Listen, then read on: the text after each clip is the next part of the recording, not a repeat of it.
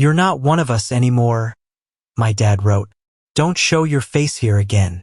I didn't argue. I just closed my end of the escrow, notified the trust officer of my withdrawal, and filed the legal separation from our shared assets. By sunrise, my sister texted, "What did you do?" I just laughed. Then my mom's attorney sent, "We need to talk today." Without thinking twice, I didn't feel angry when I read it. I didn't feel sad either. It was something else, like a light switch flipped off in my chest. The message came through at 9:47 p.m. I had just put the kids to bed and sat down on the couch, finally ready to eat something. The takeout was still warm in its box, but I never opened it. I saw the notification light up my phone. It was my dad. "You're not one of us anymore." That was it. No. Hey, no. We need to talk. Just 6 words that hit with the weight of a court ruling. I stared at it, expecting something more to follow. Maybe an explanation, maybe even a joke. Sick as that would have been. Nothing. He'd sent it, read the moment it was delivered, and then gone offline. I put the phone down, stood up, and just walked around the house for a bit. No destination. I just couldn't sit. My stomach wasn't in knots. My chest didn't hurt. It was more like a click, something settling into place after years of rattling in the wrong socket. 2 days before that, Jessica had called me asking if I could help with her next tuition payment. She was in her 2nd year of an MBA program at Columbia and had already burned through the family fund. I didn't say no. I just told her it was getting hard for me right now. My business was expanding, payroll had doubled, and I had to float a huge shipment delay that nearly tanked our cash flow for the quarter. I didn't even go into details. I just said it was tight. She didn't ask questions. She didn't offer to find another solution. She just said, "Okay," and hung up. That was Tuesday. Thursday night, my dad told me I wasn't part of the family anymore. Friday morning, I found the letter. It was slid through the mail slot like a pizza menu, printed on plain white paper, no envelope. "Don't show your face here again." It was shorter than the message, even colder. The ink hadn't fully dried when I unfolded it like it had been rushed. I read it once, then again. Then I went to the kitchen, poured myself coffee, and started going through the numbers. First thing I did was closed my end of the escrow. Everything we had tied up in long-term development deals gone. I signed off my share, detached my name from the business filings, and forwarded the formal release to the escrow attorney. Next was the trust. My dad loved to brag that we were a family bound by structure. He always said it like a threat. I emailed the trust officer, attached my withdrawal paperwork, and requested removal from all collective financial holdings, assets, and decision-making rights.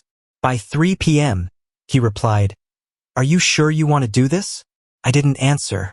I just sent back the notarized PDF. I filed the legal separation from every joint entity before dinner. That included the house in Tahoe, the downtown office they used rent-free, and the shell company I'd quietly let them funnel their mistakes through. At 5:08 the next morning, Jessica woke me up with a message. "What did you do?" I stared at it in bed in the dark and laughed. Not because it was funny, but because for the first time in years, it felt like I could finally breathe without asking permission. At 8:17 a.m., an email from my mom's attorney landed in my inbox.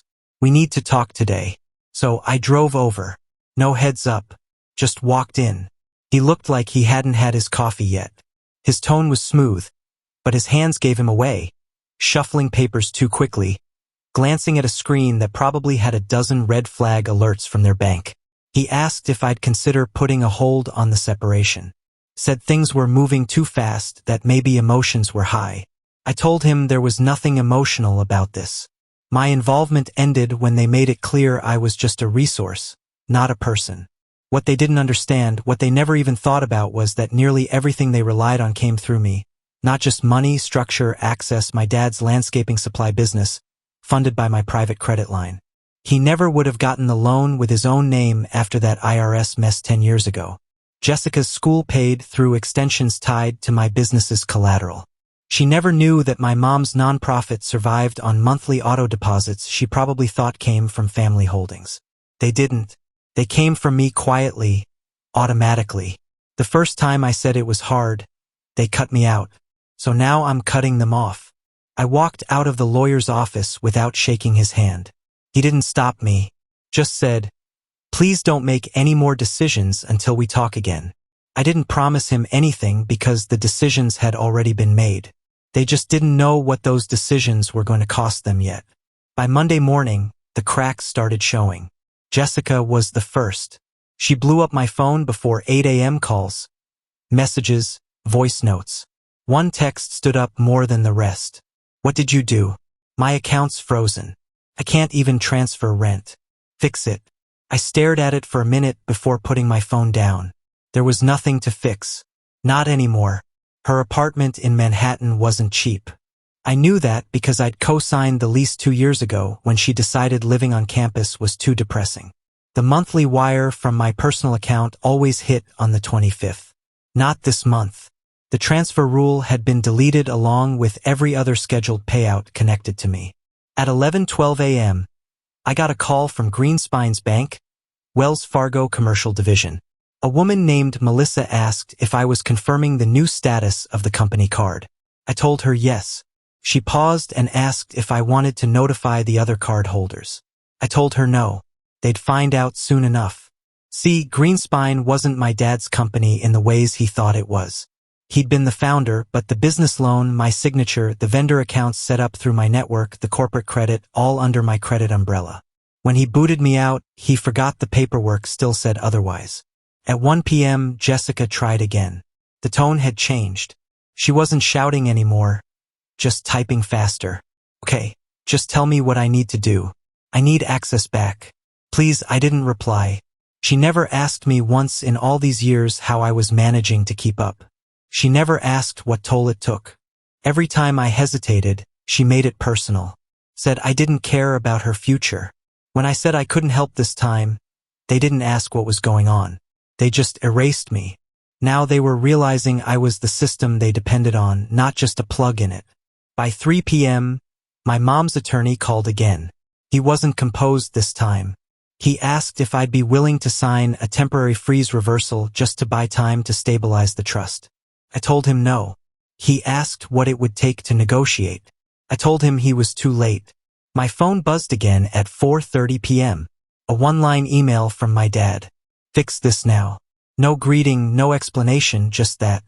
It felt like a strange reversal of roles, like he was the one begging now, but still didn't know how.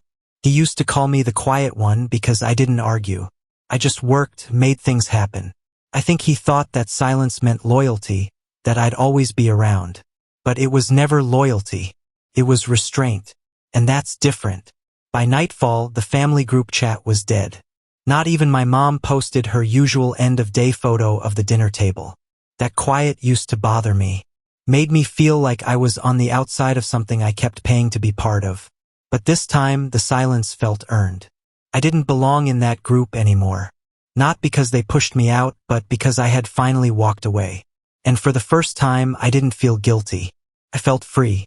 By Tuesday, it wasn't just frozen accounts anymore. It was collapse. Jessica finally called from a different number. I picked up out of pure curiosity. She didn't even say hello. "You froze Mom's charity account." She said they called her in the middle of a board meeting. She didn't even know it was under your name. I didn't answer. She kept talking. Said I was being cruel.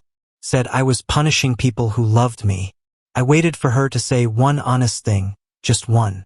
But it never came. The only reason my mom's nonprofit ever passed compliance was because I gave them my firm's auditing team for free. The reason they had a functioning website, donor pipeline, even electricity, me, monthly funding disguised as family support. They thought the money came from a joint trust. Didn't. It came from my business account every first Monday of the month. That stopped too. By noon, my mom finally called, not to ask if I was okay, not to talk about what happened, just to say, "I know you're upset, but you're destroying everything we've built." That word we hit different. She meant what I built. And I think somewhere in the back of her mind, she knew that. She just couldn't say it out loud. An hour later, her attorney emailed again. Subject line, "Urgent request to cease all action." He asked if I'd consider a temporary pause on any further changes. said things were spiraling and they needed time to respond. I didn't reply because there was no pause when they told me I didn't belong. There was no hesitation when they sent that message. No warning when they wrote that letter. They cut me off without asking a single question. So now I was doing the same with precision. That afternoon I contacted the accountant, told him to finalize the reallocation of shared properties. Everything under the family holding company was split and my share was cashed out. They'd keep the Tahoe house but lose the Denver flat. They'd keep the warehouse but not the leasing rights. My dad wouldn't know what hit him until his delivery routes started getting turned away for non-payment. At 6 p.m., I got a call from my old friend Marcus, who does contract fulfillment. He said my dad had just called, confused and frantic, because his vendors were refusing new orders. Did something happen? Marcus asked. He said the payment channels were down. I told him they weren't down. They were gone. By that night, it was quiet again. Except this time, I knew exactly what they were doing. Sitting in their separate houses on their separate phones, calling lawyers, accountants, board members, trying to figure out how this happened so fast. And the answer was simple. It didn't happen fast. It happened the second they told me I wasn't one of them. Wednesday morning started strange. I woke up to silence. No new emails from my mom's attorney. No texts from Jessica. Nothing from my dad. For a second, I thought maybe they'd finally given up. Maybe the chaos had pushed them into some kind of stunned retreat. Then my assistant forwarded me a flag notification from our old shared cloud storage account.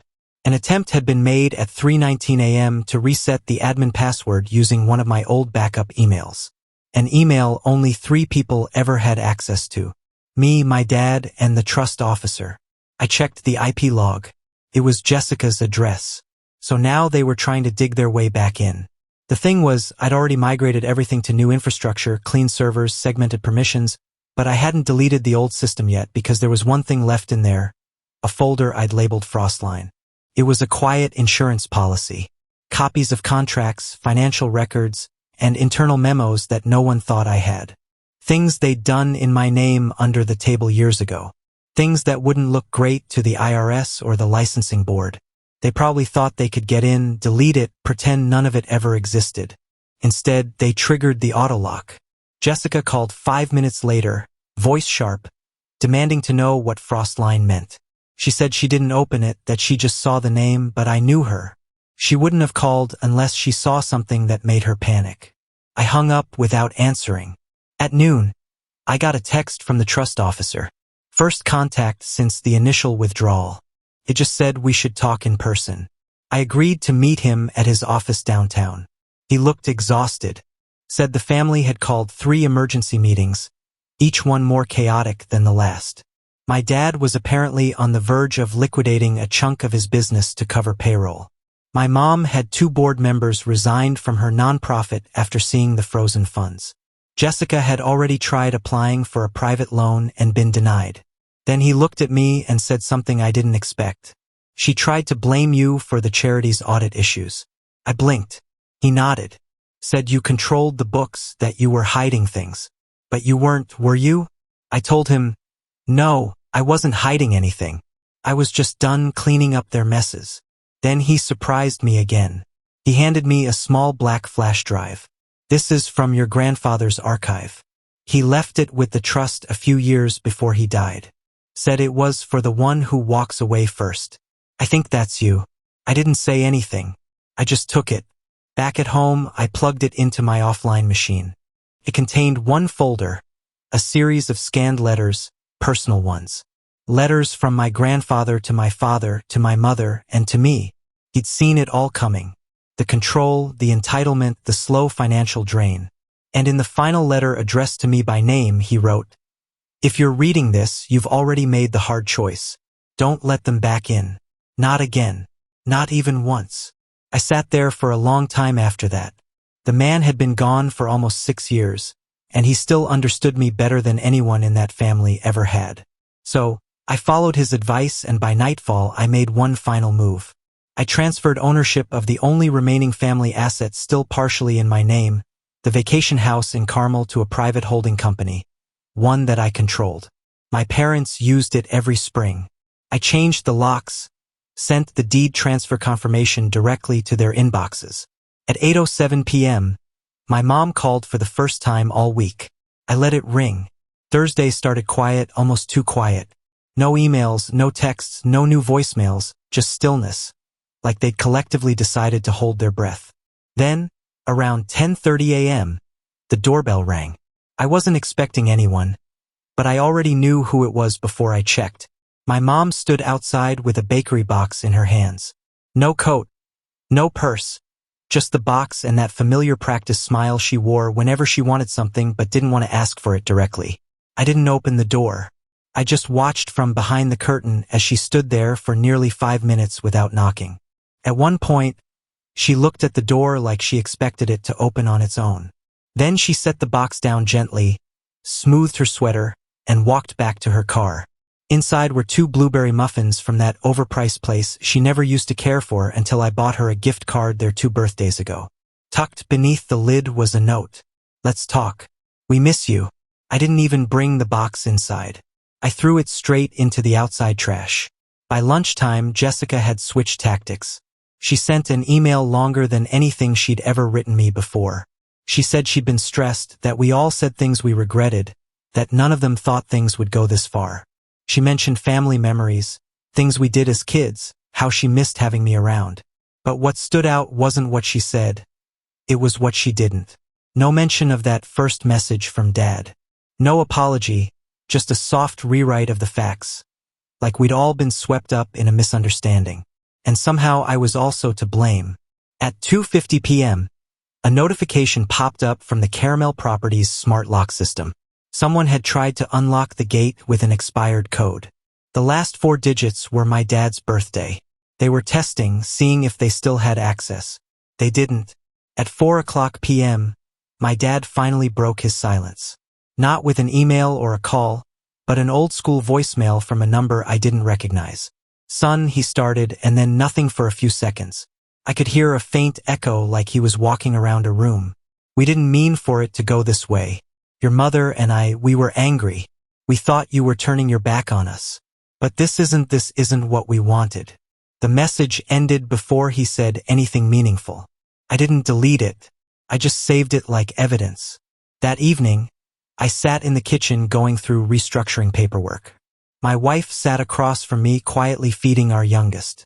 After a while, she looked up and asked if I was sure, really sure about going through with the final round of lockouts. I nodded. It wasn't revenge. It was recognition.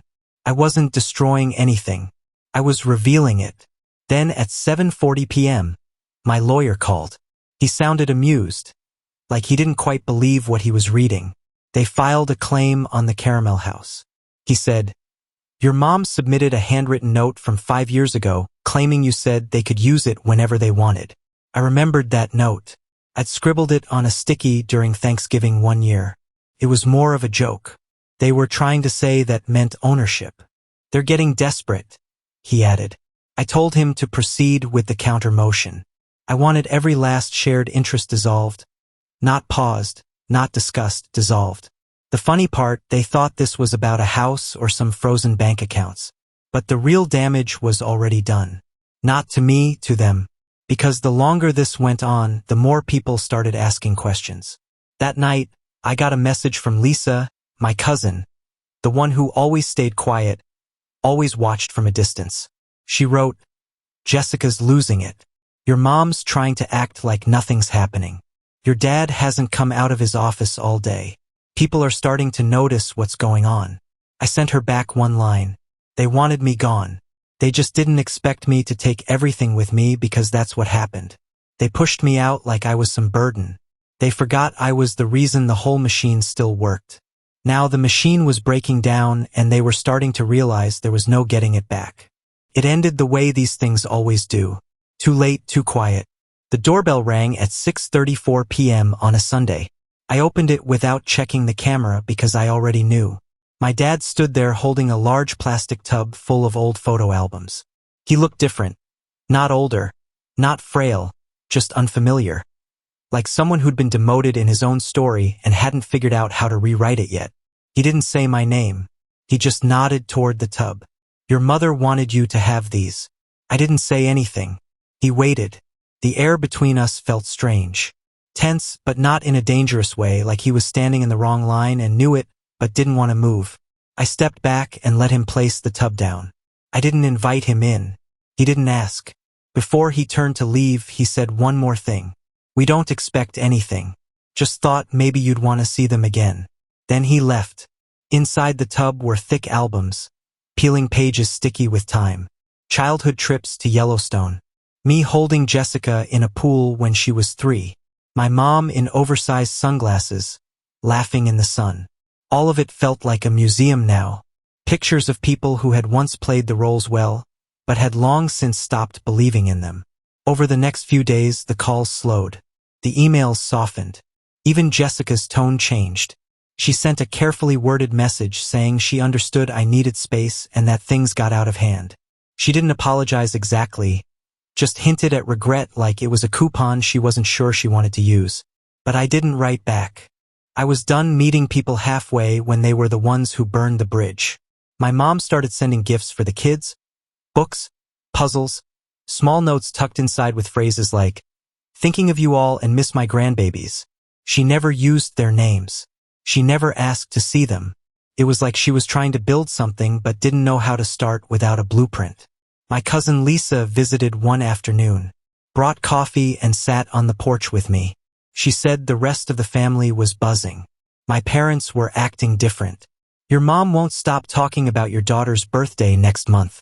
She's planning like she's still invited. She wasn't. I told Lisa the truth that I didn't care if they changed.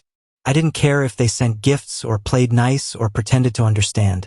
What mattered was what happened the moment I said it was hard. Just hard. And they told me I wasn't one of them anymore. You don't come back from that. Not really. The court finalized everything that week. The trust dissolution, property separation, the final clean cuts through the mess we used to call shared ownership. Their attorney didn't fight it anymore. He just signed off and moved on. Probably tired of pretending they still had leverage. The Caramel House was officially mine. The businesses were fully separated. My dad had to liquidate part of Greenspine to cover back pay for his employees. My mom's nonprofit closed its main office and switched to remote operations. Jessica downgraded to a studio and started hinting on social media that she was learning to live simpler. Every door they once walked through to reach me, financial, legal, emotional, was gone. Locked. Disconnected. They started showing up anyway. Uninvited visits. Not often, but just enough. Dropping off toys, leaving handmade cards, smiling too hard. One time, my mom offered to babysit while my wife and I were getting ready to go out. I told her no. She smiled and said, "Of course, I understand." Like she didn't.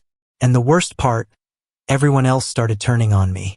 Distant relatives called and said I should be more forgiving. They're trying, Nathan. Don't punish them forever. Even Lisa looked uneasy when I told her my kids didn't know who their grandparents were. But here's the thing. They made a choice. They told me I wasn't part of them anymore. I didn't scream. I didn't beg. I didn't argue. I just listened. And then I accepted it. Now they want me to forget it all because the fallout scared them. Because their hands are empty. But I remember what it looked like when their hands were full and they were still reaching for more. So now when they visit, I let them knock. I open the door. I thank them for the gift. I say the kids are busy. I never let them in. They come in through the visitor's entrance now. They don't sit at the table. They don't stay long. They leave with the same smiles they used to wear when they were lying to my face. And me, I finally sleep. No more late-night transfers. No more guilt texts. No more debt wrapped in love. Just peace. And that's worth more than any inheritance they ever thought they could offer me.